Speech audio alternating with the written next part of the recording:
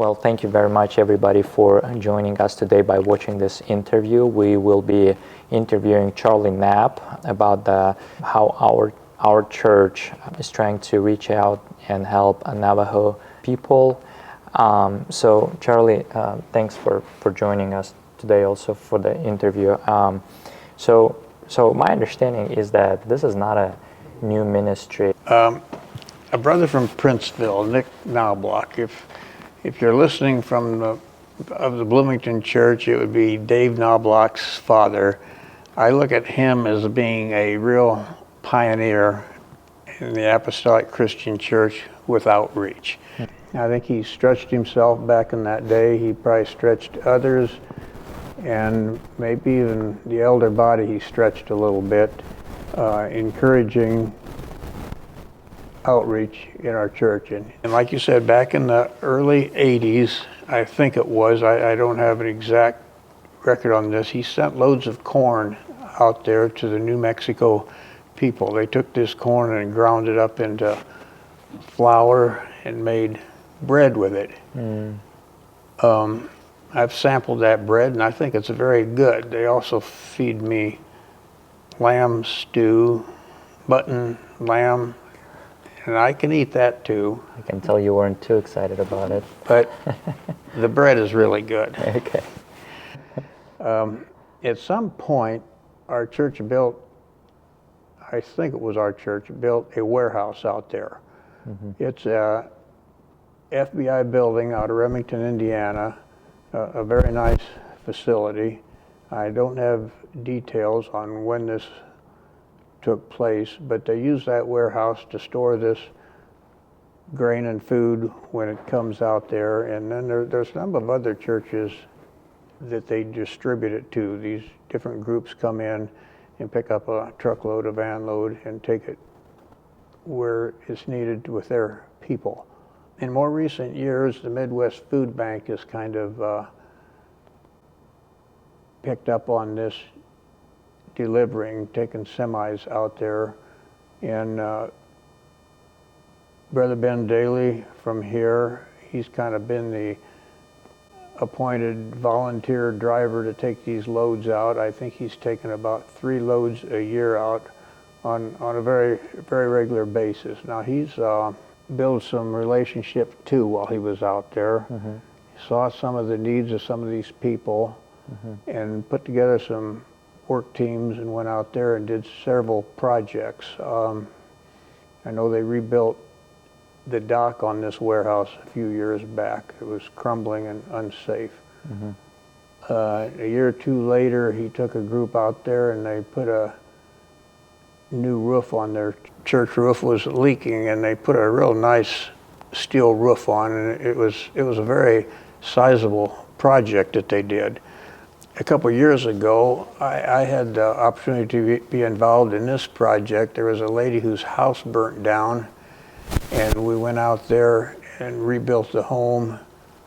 3-bedroom ranch. Kurt Cabe from Alto, Michigan, he probably had more involvement out there than anyone. There's a family by the name of Cleveland out there that he has worked with. They have 5 boys. I think they're in their late teens to late 20s. They have other younger children too, but there's 5 boys that he has worked with, teaching them plumbing, electrical, and carpenter work. Other people around that area help out with different needs that they have. There's a minister from Prescott, Stan Schambach, who's kind of been the one who's kind of monitored the situation out there and also give feedback to different people on what some of the needs were. Very good, Charlie. So based on what you shared with me before this interview, my understanding is that our church was able to establish some relationship with the Navajo believers. So could you please tell us a little bit more about this relationship and how is it instrumental in helping us to reach out to the Navajo people? Bobby George, he's the pastor of that church, and his wife, Fran. His wife is very involved with him. They're in it together. This is the same couple that Dick Knobloch worked with back in the early 80s. They've got some age on them, and they are older, some health problems, and there's somewhat of a concern as to who's continue on with the pastoring ministry once he's no longer able to do it.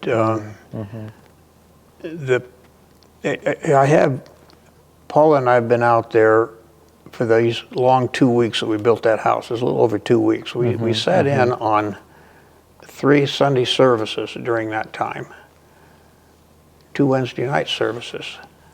And he does preach a very good message. I see no reason why his message couldn't be used in our church. The people out there in general, they're materially poor people. You still see people out there who have homes with dirt floors. On Sunday during the service, there'll be a collection place. They ask for their donations. We'll actually see people go up there and put coins in the collection plate, nickels and dimes.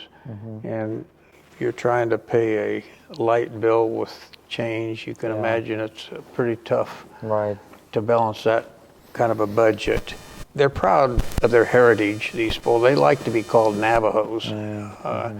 They still talk Navajo, a lot of the people, especially the old people. Some of the old people don't even know English. Some of their dress is still like the traditional Navajos.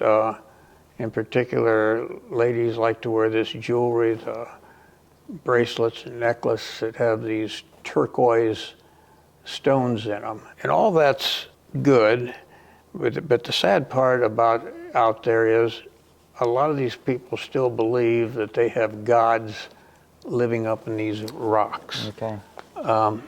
If you are familiar at all with the layout of that land, there's flat bottom land where people live in, and then there's big rocks, not mountains, but huge rocks.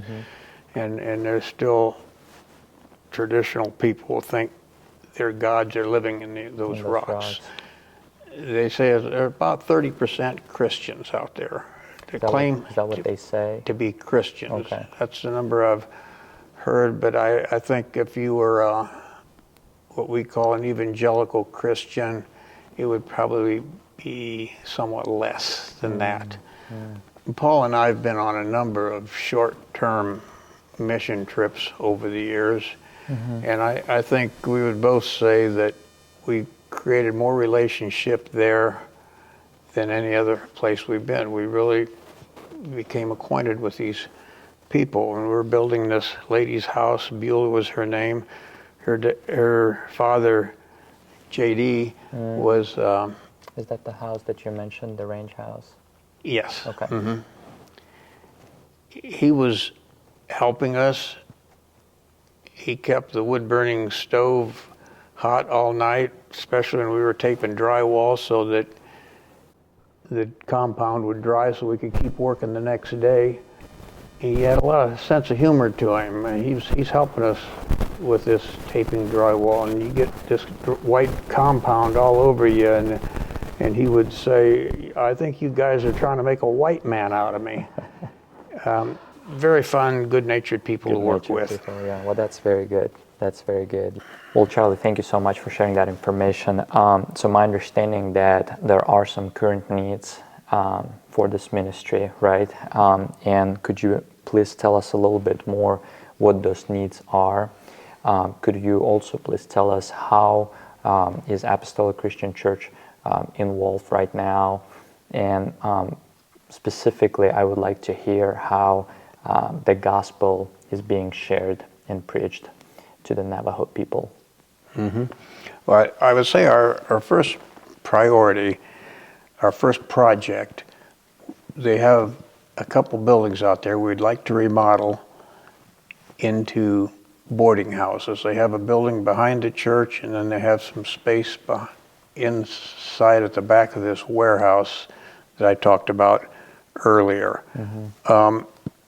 This facility, when we get this project done, we should be able to house about 50 people, that size of group coming in there for a short-term week or whatever to do projects.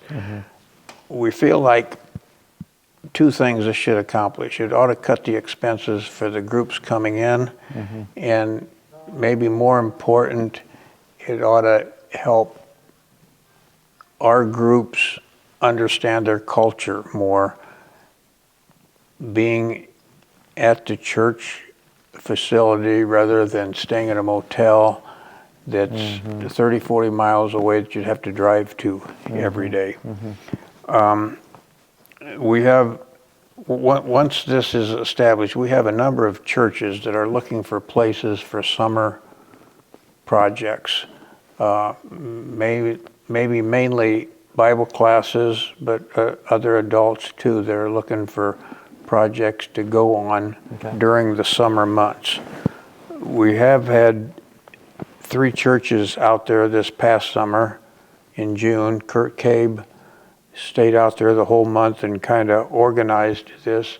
Cissna Park, Rittman, and Detroit were all 3 out there. And I might mention this project has been started that I'm talking about, this boarding house. They put a septic system in. They've upgraded electrical service so it can handle this size of a building. And they've got some of the carpenter work well on the way, so it has been started. Bloomington Church is tentatively planning on going out there of June this coming year in summer. 2023. Yes. If you want more information about that, Mike Robinson is kind of the one who's organizing the arrangements there. There is a concern there about our numbers, though. This facility should hold about 50 people comfortably, and our group is going to be bigger than that. So I don't know how that's going to work out. This is not a Harvest Call project, so I want to say it. Harvest Call does support us. They encourage these projects. They will supply us with a tool trailer, and they also offer training, if you would, for outreach with different people, different cultures. And Darren Lehman would be a good person here in our Bloomington church to visit with about that. He's on the Harvest Call stateside outreach committee, and that's what part of their work is helping people, teaching them, training them to reach out spiritually with other groups. Even though construction work is our I wouldn't say our first, it's our first priority, not our first priority, but our first way of introducing ourselves to these groups. More importantly, our main focus should be the spiritual outreach. We need to listen to these people, get to know them, understand their culture, understand some of the things they've been through. Our government treated them pretty badly years back, and they can tell stories. We need to help them organize Bible studies, organize vacation Bible schools, particularly participate in their worship services, and just help these people understand that serving our Lord and Savior should be a top priority in their life. So you mentioned a little bit that there's a great participation in the services when the food truck comes, right? but then it kind of fades away. Can you tell us a little bit more? That's what I've been told. I haven't really seen this, but they tell me that the church is really full when they know the food truck is coming out there in the next week or so. I don't know what the arrangement is, that they got to be in church if they're going to be able to receive some of this support, or if they, but they do say after the food truck has left that it starts dwindling, and it's just a continual rotation like that. Yeah. Some way to understand that you serve the Lord in season and out of season. Yeah, yeah, absolutely. Well, Charlie, thank you very much. Probably the last question would be, if people need a little bit more information, who they can contact and talk. Yeah, if they're interested in participating on a work team to go out there and finish this project, Ben Daly would probably be the person to talk to, and I'm also willing to visit with anybody that wants to visit with me about this project. I'll try to answer what questions I can. Yeah, and if not, you can direct them to the right place. Very good. Well, thanks again, Charlie. So we will wrap up our interview. I guess from what you've heard, my understanding that there's numbers of ways you can get involved. One would be just hands-on, go and serve with one of the teams whenever they go out. Two, financially, you can help support this project. And you can send checks at this point payable to Apostolic Christian Church. Just put in the memo Navajo Project or something like this. And then probably most importantly, you can support this project with your prayers. I don't know if you were able to catch, but Bobby and Fran, the pastoring couple that's out there leading the church, they're aging out, and they will need some succession. So please pray for the Lord to provide somebody to take on the ministry out there. With that, I just would like to thank everybody for joining us for this interview, and God's blessings.